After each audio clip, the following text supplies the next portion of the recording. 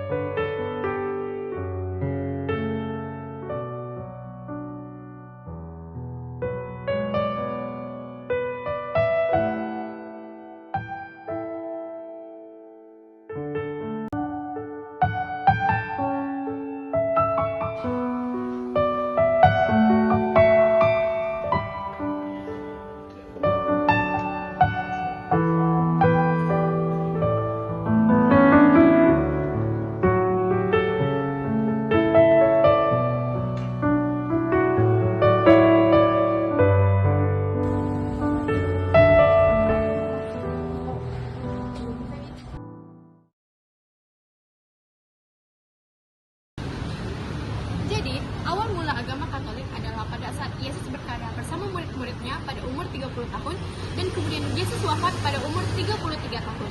Pada saat Yesus wafat, jemaat perdana pun muncul.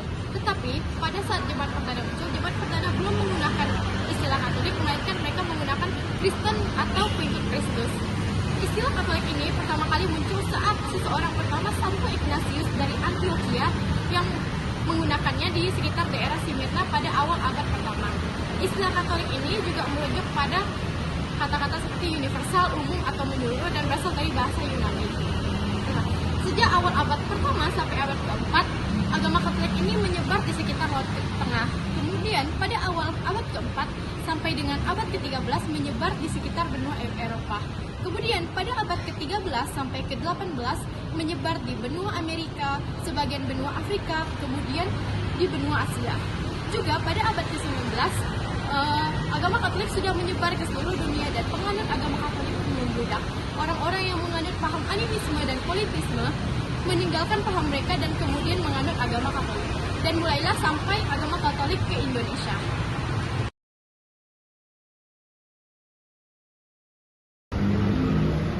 Selanjutnya adalah perkembangan agama Katolik di Indonesia. Agama Katolik pertama kali masuk ke Indonesia pada abad ke-16, yaitu pada masa imperialisme dan kolonialisme bangsa-bangsa Eropa. Penyebaran agama Katolik pertama kali dilakukan oleh bangsa Portugis, yang dimana mereka datang ke Indonesia untuk mencari rempah-rempah. Pasalnya, dalam penjelajahan mereka menerapkan misi 3G, yaitu God atau kekayaan, Glory, kejayaan, dan Gospel, yaitu agama. Sehingga ketika mereka sampai ke Maluku yang merupakan pusat rempah-rempah, bangsa Portugis pun mulai menerapkan misi Jesuit, yaitu pengabaran Injil ke tempat yang mereka datangi.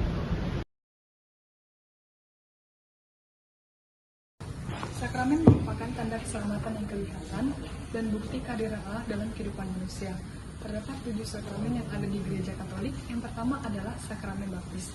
Sakramen baptis merupakan sakramen pertama kali yang diterima oleh umat Katolik sebelum menerima sakramen-sakramen lainnya. Yang kedua adalah sakramen Ekaristi. Sakramen Ekaristi merupakan bentuk perayaan di dalam Gereja Katolik. Yang ketiga adalah sakramen Krisma. Sakramen Krisma merupakan bukti kedewasaan iman seseorang. Yang keempat, sakramen tobat. Sakramen tobat merupakan sakramen bentuk pertobatan dari manusia tersebut dan bentuk memperbaiki diri di kemudian harinya. Yang kelima merupakan sakramen pengurapan orang sakit. Sakramen pengurapan orang sakit ini merupakan sakramen pemulihan kedua setelah sakramen tobat. Yang keenam merupakan sakramen perkawinan. Sakramen perkawinan merupakan sakramen perjanjian antara laki-laki dan perempuan. Yang ketujuh adalah sakramen imamat, merupakan yang menjadikan seseorang sebagai uskup, imam, atau diakon. Oke teman-teman, saya akan membahas tentang apa itu Gereja Katolik. Gereja Katolik adalah sebuah lembaga keagamaan Kristen yang dipimpin oleh Paus di Roma.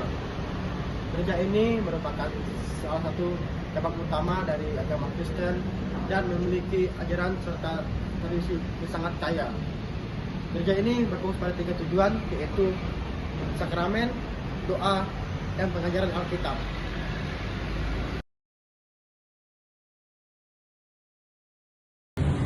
Selanjutnya saya akan menjelaskan terkait gereja yang satu, kudus, katolik, dan apostolik, di mana gereja yang satu memiliki arti bahwa kesatuan dalam gereja mendapatkan dasarnya dari kesatuan Tritunggal, yakni Bapa dan Roh Kudus. Meskipun beraneka ragam, namun tetap satu, yakni gereja yang berkumpul dalam Tuhan Yesus Kristus. Selanjutnya, gereja yang kudus. Gereja yang kudus mengartikan bahwa Yesus telah mengasihi dan menyerahkan dirinya pada gereja, yang dimana umat dipersatukan oleh Yesus menjadi kudus.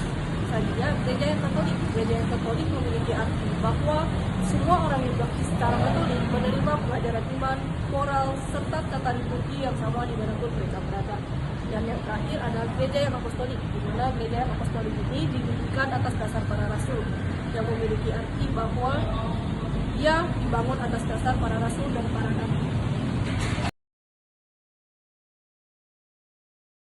Jadi hierarki gereja Katolik ini terbagi menjadi 5. Yang pertama ini adalah Paus.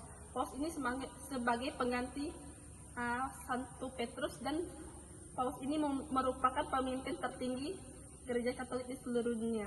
Yang kedua ini adalah kardinal. Kardinal ini sebagai penasihat utama Paus yang berkaitan dengan hal-hal penting seperti doktrin, disiplin, dan kebijakan gereja.